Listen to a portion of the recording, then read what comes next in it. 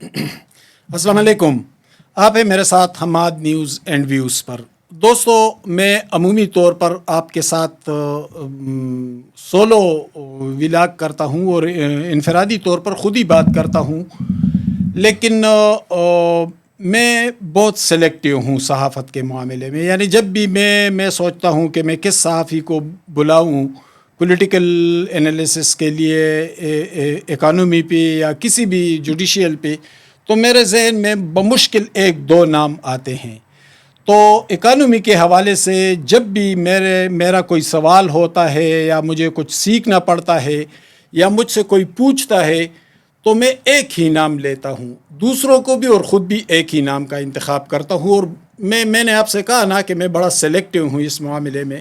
میرے بہت قریبی دوست تھے اور پاکستان کے ایک معتبر صحافی معیشت کے حوالے سے، معیشت پر ان کی رپورٹنگ، ان کی نالج، ان کا سکل بڑے کمال کا ہے اور میرے بہت اچھے دوست تھے. آج میں نے ان کو پکڑا اور اسٹوڈیو ساتھ لے آیا، اس لیے لے آیا کہ میری طرح معیشت سے پیدل بہت سارے لوگ ہیں، کروڑوں لوگ ہیں اس ملک میں، جو چاہتے تو ہیں کہ معیشت بہتر ہو جائے، لیکن وہ معاشی تکنیک کو اور اس کی گہرائی کو اور اس کے معاملات کو نہیں سمجھتے. تو میں نے کہا کہ میں اپنے اس دوست کو لے آؤں ساتھ، تو ان سے میں خود بھی سیکھوں اور سادہ الفاظ میں وہ آپ کو بتائے کہ یہ ملک جو معاشی بحران کا شکار رہا، جہاں شدید مہنگائی رہی، معیشت بہت بگڑ گئی تھی، تو آنے والے دن اور آنے والے موسم اس ملک کے لیے معاشی حوالے سے کیسے ہوں گے. تو آج میرے مہمان ہیں پاکستان کے معتبر صحافی معیشت کے حوالے سے محترم دوست میرے مہتاب حیدر صاحب، جو دی نیوز سے وابستہ ہیں اور ان کو آپ دیکھتے ہوں گے میڈیا پہ. تو بہت شکریہ مہتاب حیدر صاحب، آپ میری درخواست پر تشریف لائے. تو سر، آج آپ سے ہم جیسے معاشی ان پڑھوں کو سمجھائے کہ یہ ملک کس طرف جا رہا ہے معاشی حوالے سے. کیا جو حکومتی تبدیلی آئی تو اس امید کے ساتھ آئی تھی کہ وہ معیشت کو ٹھیک کریں گے، تو کیا معیشت واقعی ٹھیک ہو رہا ہے یا؟ جی، بسم اللہ الرحمن الرحیم. تھینک یو ویری مچ سر، آپ نے مجھے اپنے پروگرام میں بلایا. سب سے پہلے تو میں آپ کا شکریہ ادا کرتا ہوں، آپ نے اتنے کائنڈ ورڈز میرے بارے میں بولے. آپ میرے یونیورسٹی کے بھی سینئر ہیں اور میرے لیے بھی بڑے محترم ہیں. واقعی آپ میرے بہت ہی اچھے اور بہت ہی پیارے دوست ہیں، بزرگ دوست ہیں. دیکھیں، بنیادی طور پہ جو اس ٹائم معاشی صورتحال ہے، اگر میں اس کو 2016-17 سے اس کا کمپیریزن کروں تو وہ زیادہ بہتر ہوگا. اس ٹائم یہ میں نہیں کہتا کہ مہتاب صاحب 2017 کے بعد معاشی صورتحال خراب بھی ہو گئی تھی نا، میں اسی لیے اس کے ساتھ کمپیریزن کرنا چاہتا ہوں. جی سر.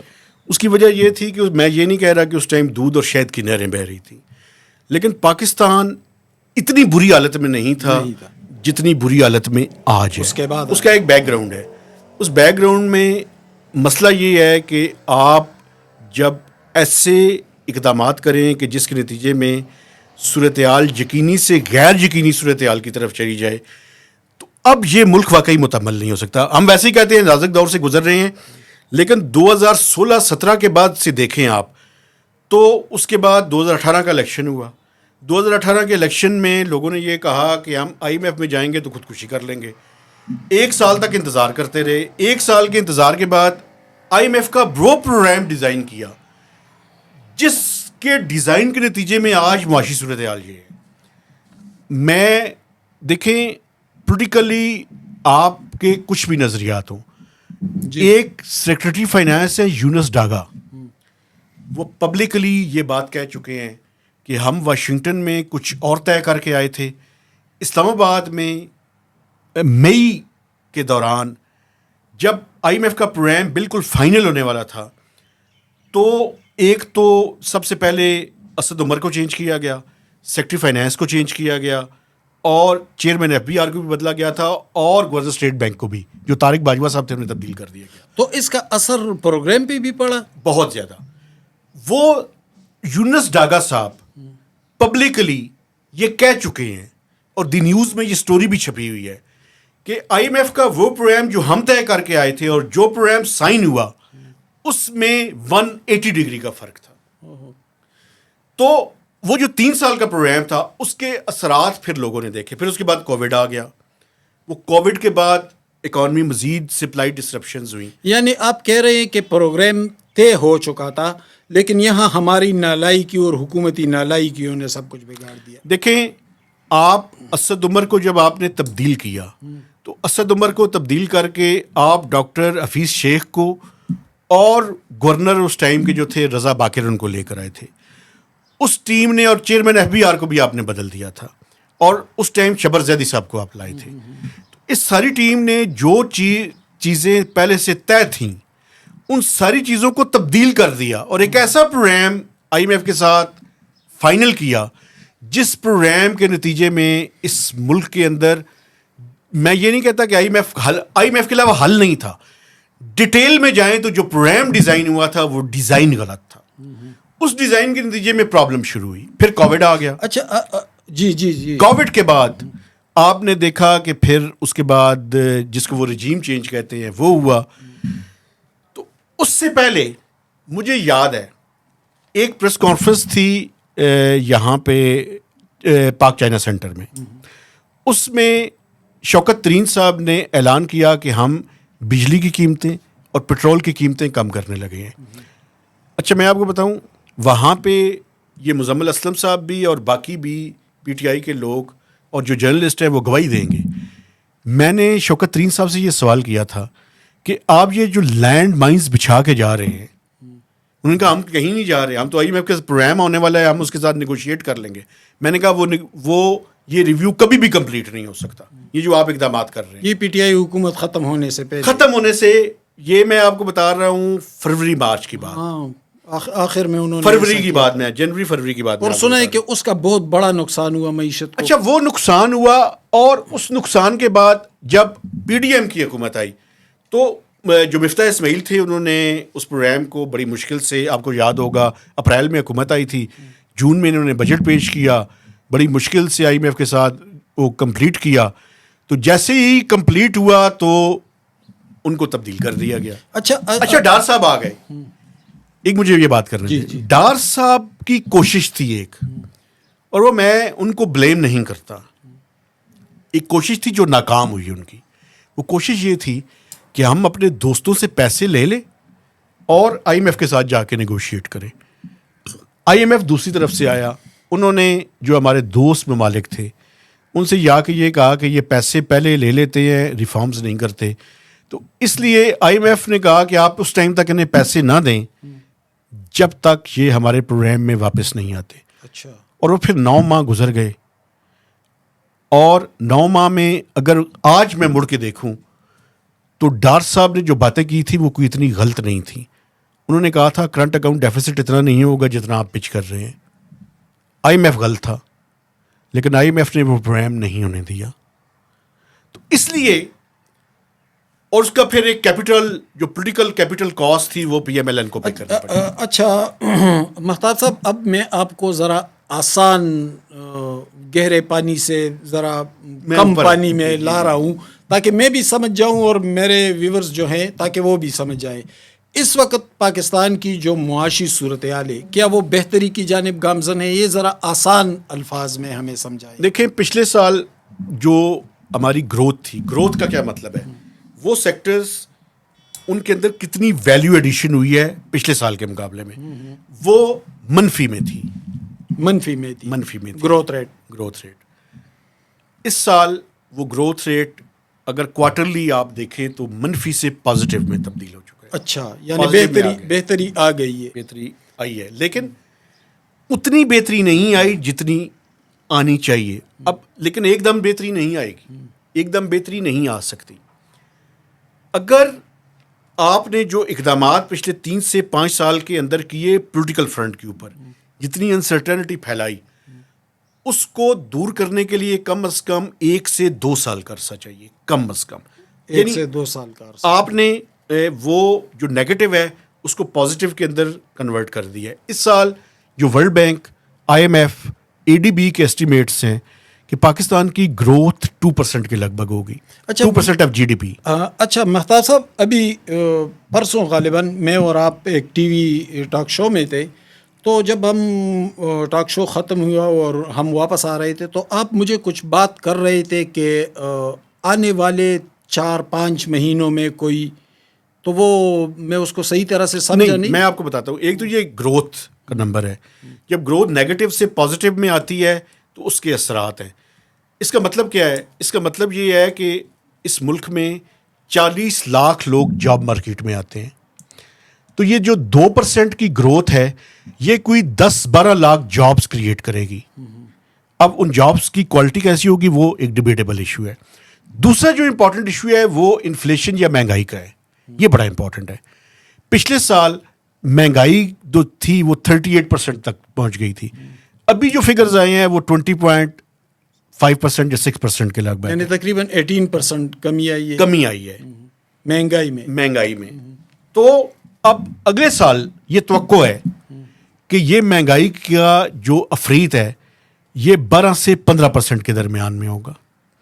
یہ گریجولی کم ہوتی ہے مہنگائی. یہ نہیں ہو سکتا کہ آپ ایک جرک کے ذریعے اوپر جائیں یا ایک جرک کے ذریعے نیچے. اچھا ویورز، مہتاب حیدر جیسے جہاندیدہ معاشی رپورٹنگ کے ماہر یہ خوشخبری دے رہے ہیں کہ آنے والے وقت میں مہنگائی مزید کم ہو جائے گی اور یہ 12 اور 15 کے درمیان آ جائے گی. جو 38 پر گئی تھی وہ اب 20 پر ہے اور آنے والے دنوں میں 12 اور 15 کے درمیان آ جائے گی. اب اس کی وجہ یہ ہے کہ جب آپ کی بیس اتنی ہائی ہوتی ہے نا تو اس کے ساتھ جب آپ کمپیریزن کرتے ہیں تو آپ کو مہنگائی کی وہ شرح جو ہے وہ ویسے ہی کم ہوتی ہے. اب ایشو یہ ہے کہ یہ گریجولی ہوگی.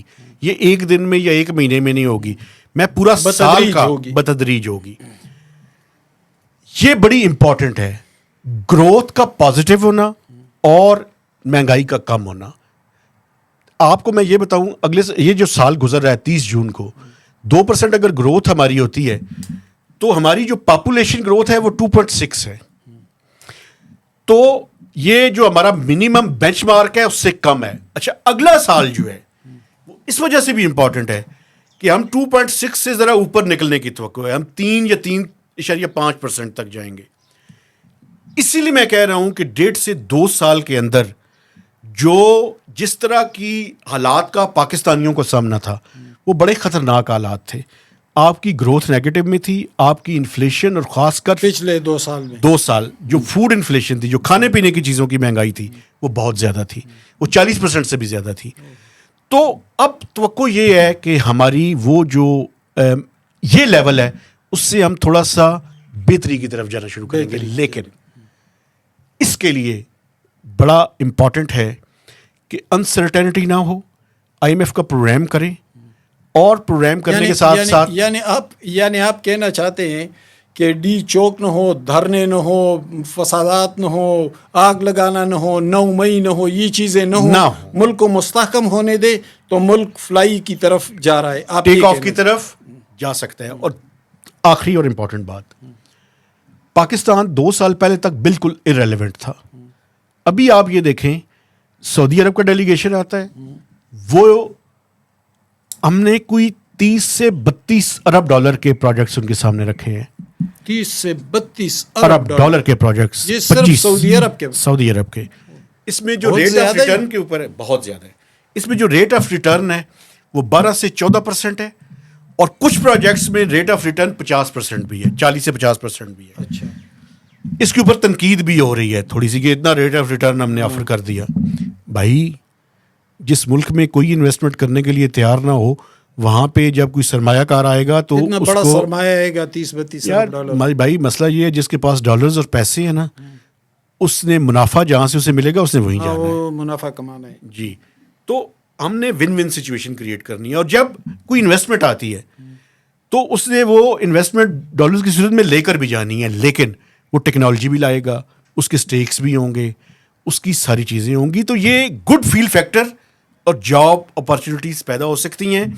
لیکن اگر یہاں پہ دھرنے ہوئے، یہاں پہ دنگا فساد ہوا، یہاں پہ جاؤ مارو یہ ہوا تو یہ سب کچھ بہا کر کچھ بھی نہیں ہوگا. اچھا مہتاب صاحب، عام لوگوں کی امید یا جس طرح گلی کوچوں حجروں تھڑوں چوپالوں پہ باتیں ہوتی ہے دکانوں میں بازاروں میں، تو لوگ کہتے ہیں کہ چائنا، سعودی عرب، یو اے ای اور اب ایران بھی آیا، غالباً $10 بلین کے کچھ معاہدات ہوئے ہیں. تو کیا یہ واقعی اس طرح کچھ بیرونی مدد آ رہی ہے، انویسٹمنٹ آ رہی ہے اور اس سے پاکستان ٹیک آف کی طرف جا رہا ہے؟ میں اس میں یہ کہوں گا کہ دیکھیں، ایک گڈ فیل فیکٹر جو ہے نا وہ بڑا امپورٹنٹ ہوتا ہے، سینٹیمنٹس بڑے امپورٹنٹ ہوتے ہیں کسی بھی اکانومی کے لیے. جب آپ کے ریجن کے ممالک سعودی عرب، ایران، چائنا اور میں یونائٹڈ اسٹیٹس کے بارے میں بھی بات کروں گا، چونکہ ابھی ہمارے فائنانس منسٹر امریکہ سے واپس آئے ہیں اور ہم نے آئی ایم ایف کا ایک پروگرام جو ہے وہ ڈیل کرنی ہے. ان کی ٹیم اگلے مہینے کے وسط تک، سیکنڈ ویک تک اسلام آباد میں ہوگی، جس میں اگلے 3 سے 4 سال کا پروگرام ہم ڈیزائن کریں گے. ایک چیلنج یہ بھی ہے کہ وہ جو پی ٹی آئی نے غلطی کی تھی غلط ڈیزائن کرنے کی، وہ اس دفعہ یہ حکومت نہ کرے. ایک پروگرام تو کرے، جی، اس میں کوئی شک نہیں ہے، لیکن پروگرام کا ڈیزائن ایسا ہو کہ جو فرنٹ لوڈڈ نہ ہو. فرنٹ لوڈڈ سے مراد ہے آئی ایم ایف کیا چاہتا ہے؟ آئی ایم ایف چاہتا ہے کہ آپ زیادہ سے زیادہ سخت کام پہلے سال 1.5 سال میں کر لیں. ان کو یہ کنونس کرنا ہے، ٹیکسز لگا دیں، مانیٹری پالیسی تیز کر دیں، ایکسپینڈیچرز کو بالکل ڈراسٹکلی کم کریں، یہ ایس او ای ساری جو ہے وہ پرائیویٹائز کر دیں.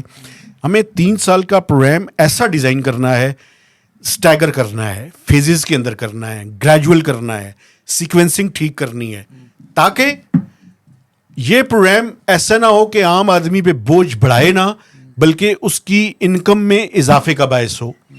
یہ چیلنج ہے. یہ چیلنج کو جو ہے وہ جتنا بہتر انداز میں حکومت کرے گی، اتنا ہمارے آنے والے دنوں میں اور مہینوں میں صورتحال بہتر ہوگی. تو اس لیے جو ممالک ہیں جن کی انویسٹمنٹ آ رہی ہے، ان کے سٹیکس آ رہے ہیں. یہ جو آپ نے ایران کی بات کی، آپ یہ دیکھیں کہ ابھی کوئی $3 بلین کے لگ بھگ ہماری بائی لیٹرل ٹریڈ ہے. جو امریکہ کی سینکشنز ہیں ان کی وجہ سے، مہتاب صاحب، ایران کے ساتھ تو ہم گیس اور تیل اس سے الگ کوئی ٹریڈ کر سکتے ہیں؟ کوئی اس میں آپ کو بتاتا ہوں، ہم بینکنگ ٹرانزیکشن نہیں کر سکتے چونکہ یو ایس کی سینکشنز ہیں. سینکشنز ہیں. اب اس میں اس کا حل ایک ہے کہ ہم بارٹر ٹریڈ کی طرف جائیں. اسی لیے بارٹر مال کے بدلے مال، جی، بارٹر مارکیٹس کی بات بھی ہو رہی ہیں کہ وہ اپنی سائٹ پہ مارکیٹس بنائیں، ہم اپنی سائٹس پہ بنائیں، اور اس طرح سے ایک مال کے بدلے مال کی ٹریڈ جو ہے وہ ہو. لیکن میں سمجھتا ہوں کہ آپ یہ بھی دیکھیں کہ اس کے لیے بڑا امپورٹنٹ ہے کہ ہم اس کو کوئی فارمل طریقے سے لے جائیں وداؤٹ انائنگ یو ایس. کوئی درمیانی راستہ یہ جو بارٹر ٹریڈ ہے اس کے ذریعے نکالیں، کوئی ایسا راستہ نکالیں، چونکہ آئی ایم ایف کا پروگرام بھی کرنا ہے نا ہم نے. یہ تو نہیں کرنا کہ کسی ایک طرف ہی اپنے سارے انڈے ڈال دیں. تو یہ وہ چیلنجز ہیں جن سے ہم بہتر انداز میں لے کے جائیں گے. تو بالکل میں آپ کی بات سے اتفاق کرتا ہوں کہ 6 سے 8 مہینے کے اندر آپ کو زیادہ گڈ فیل فیکٹر محسوس شروع ہوگا. اچھا مہتاب صاحب، میں پروگرام ختم کرنے سے پہلے 1-2 منٹ آپ کو دیتا ہوں، اور وہ اسی لیے دیتا ہوں کہ آپ سادہ، انتہائی سادہ الفاظ میں آنے والا معاشی نقشہ میرے ویورز کے سامنے رکھے کہ کیا مطلب ہے. اس میں کوئی ٹیکنیکلٹیز نہیں ہونی چاہیے، کہ وہ انتہائی سادہ الفاظ میں. دیکھیں، آئی ایم ایف کا پروگرام کرنا ہے، اس پروگرام کے تحت ایک بجٹ بنانا ہے. اس بجٹ میں امیروں کے اوپر ٹیکس لگانا ہے، اچھا، غریبوں کو پروٹیکٹ کرنا ہے. غریبوں کے اوپر بوجھ نہ پڑے، امیروں کے اوپر بوجھ ڈالنا پڑے گا. یہ اسٹیٹ نہیں چل سکتی امیروں پہ بوجھ ڈالے بغیر. اور دیکھیں جسٹیفائڈ بھی ہے، جو پیسے بنا رہے ہیں اس کو ٹیکس دینا چاہیے. ہاں، جو جس کے پاس بہت پیسہ ہے تو اس پہ زیادہ ٹیکس لگائیں، جس کے پاس کم ہے تو اس پہ کم لگائیں. اچھا، بالکل. جی، آئی ایم ایف یہ کہہ رہا ہے کہ سیلریڈ کلاس پہ ٹیکس بڑھائیں، پینشنز پہ بڑھائیں، فلانی چیزوں پہ بڑھائیں، ان کو اوائڈ کرنا ہے. ریسورسز جنریٹ کرنے ہیں امیروں پر ٹیکس بڑھا کر. جو ایکسپینڈیچر سائڈ ہے، جو اخراجات ہیں، ان کو کم کرنا ہے. ایک تو میں آپ کو ایک اچھی خبر دینا چاہتا ہوں. جی جی جی، 29 تاریخ کو مانیٹری پالیسی کمیٹی کی میٹنگ ہے، اور 29 اپریل کو. 29 اپریل کو توقع یہ کی جا رہی ہے کہ جو پالیسی ریٹ یا شرح سود ہے اس ٹائم 22% ہے. انڈسٹریلسٹ تو یہ کہہ رہے ہیں کہ یہ 2% کم ہو، 200 بیسس پوائنٹس. میرے خیال میں اتنی تو کم نہیں ہوگی، 50 سے 100 بیسس پوائنٹس کم ہوں گے. اور میں آپ کو ایک بات بتاؤں، 100 بیسس پوائنٹس اگر کم ہو نا، تقریباً 74 بلین روپیز کی فیڈرل گورنمنٹ کی شرح سود کی ادائیگی کی قیمت کم ہوتی ہے. اچھا 1% سے. 1% سے. جی. تو یہ 1% میں کہہ رہا ہوں, وہ تو توقع کر رہے ہیں 2% کی. یہ گڈ فیل فیکٹر کے لیے ضروری ہے. کیوں ضروری ہے؟ تاکہ پرائیویٹ سیکٹر پیسے لے بینکوں سے اور اپنا کاروبار بڑھائے. اس ٹائم 22% اگر پالیسی ریٹ ہے تو کوئی بھی جو بینکر, کوئی سرمایہ کار ہے یا صنعت کار ہے, اس کو 25-26% سے کم پیسے نہیں مل رہے. تو یہ جو مہنگائی ہے, یہ جو کم ہونی شروع ہوئی ہے, اس کا پہلا مثبت اثر آنے والا ہے. اچھا, یہ اسی کے اثرات ہیں. ٹھیک ہے. اچھا, IMF کی قسط آنے والی ہے, وہ بھی 29 کو ہے. وہ $1.1 بلین ہے. ایک ویسے خطرہ بھی ہے کہ IMF کی قسط کی وجہ سے ہم کہیں وہ کر نہ دیں, مانیٹری پالیسی کمیٹی میں کہیں روک نہ لیں, لیکن آنے والا ہے. میرے خیال میں چانسز ہیں کہ آ جائے گا. اچھا, میں آپ سے بہت سادہ سوال پوچھ رہا ہوں مہتاب صاحب. لوگوں پر بجلی کا بہت زیادہ بوجھ ہے کہ بجلی بہت مہنگی ہو گئی ہے, پیٹرول بہت مہنگا ہوا ہے, تو کیا اس کے کم ہونے کے امکانات ہیں نئی پالیسی میں, نئے منظرنامے میں؟ دیکھیں, یہ سب سے بڑا چیلنج ہے. چیلنج اس وجہ سے ہے کہ یہ جو پیٹرولیم پروڈکٹس ہیں, ان کی قیمت انٹرنیشنل مارکیٹ کے ساتھ ہے. اگر اسرائیل اور ان کی وار آگے بڑھتی ہے, جو کہ میرا نہیں خیال کہ بڑھے گی, لیکن پچھلے دنوں میں آپ نے دیکھا کہ اس کی وجہ ٹینشن کی وجہ سے انٹرنیشنل مارکیٹ میں کروڈ کی پرائس بڑھنی شروع ہو گئی تھی, $90 سے بھی اوپر چلی گئی تھی. یہ چیلنج ہے ہمارے لیے. یہ بڑا تو پاکستان میں انفلیشن بھی کم نہیں ہوگی اور بوجھ بھی آئے گا. ایک یہ بڑا امپورٹنٹ ہے. دوسرا, یہ جو بجلی کا سیکٹر ہے نا سر, یہ بہت بڑا پرابلم ہے. اس میں آپ دیکھیں, اب لوگ اس ٹائم سولر کی طرف جا رہے ہیں. سولر کی طرف جانے کے نتیجے میں پرابلم کم نہیں ہو رہی, بڑھ رہی ہے. اس کی وجہ یہ ہے کہ ہماری کیپیسٹی ری پیمنٹ کم نہیں ہو رہی. ایک بجلی کے معاہدے ہیں, ان معاہدوں کے تحت ہم نے وہ پیمنٹ کرنی ہے, چاہے ہم بجلی خریدیں یا نہ خریدیں. جب گورنمنٹ آف پاکستان 2 ٹریلین سے زیادہ کیپیسٹی ری پیمنٹس ہیں, تو مجھے بتائیں کہ وہ کیا کر سکتی ہے. چوائسیز بڑی کم ہیں. اس کا حل کیا ہے؟ اس کا حل یہ ہے کہ ہم جو IPPs ہیں ان کے ساتھ ری نیگوشیٹ کرنے کی کوشش کریں. چائنیز سے ریکویسٹ کریں کہ وہ جو ان کی IPPs ہیں, ان کا جو لون ری پیمنٹ کا پیریڈ ہے, اس کو لانگ ٹرم پہ لے کر جائیں. اس کے نتیجے میں ہمارا کم ہو جائے گا, بل ہمارا کم ہو سکتا ہے. بل کم ہو جائیں گے, ہو سکتا ہے اس سے, اگر ہم کر لیں. تیسرا یہ ہے کہ ہم اپنے انرجی مکس کو تبدیل کریں. ہمارا انرجی مکس کا ایشو کیا ہے؟ ہم جو بجلی پیدا کر رہے ہیں وہ ساری امپورٹڈ فیول ہے, یا فرنس آئل ہے, یا RLNG ہے, یا امپورٹڈ کول ہے. اس کو تبدیل کرنے کی کوشش کرنی پڑے گی. یہ بجلی کا ایشو بہت امپورٹنٹ ہے, بہت مشکل بھی ہے. ہم ذرا ڈیفیکلٹ اس میں نہیں جانا چاہتے. یعنی آپ آنے والے تقریباً 8-10 مہینے میں ریلیف کے حوالے سے کیا دیکھتے ہیں؟ دیکھیں, اگر انفلیشن کم ہوتی ہے تو یہ ریلیف ہے. انفلیشن کم ہوگی میں اگر یہ چیلنج ریجنل پرائسز, آئل کی پرائسز, انٹرنیشنل پرائسز نہیں بڑھتی, پھر کم ہوگی, کم ہو جائیں گے, بالکل کم ہوگی. لیکن اگر انٹرنیشنل پرائسز اسکلیٹ ہو جاتی ہیں, پھر ہماری چوائسیز اتنی ہی کم. دوسرا ریلیف کیا آ سکتا ہے؟ میں یہ ذاتی طور پہ سمجھتا ہوں کہ جب IMF کا پروگرام ہوگا نا, اس سے اسٹیبلٹی آئے گی.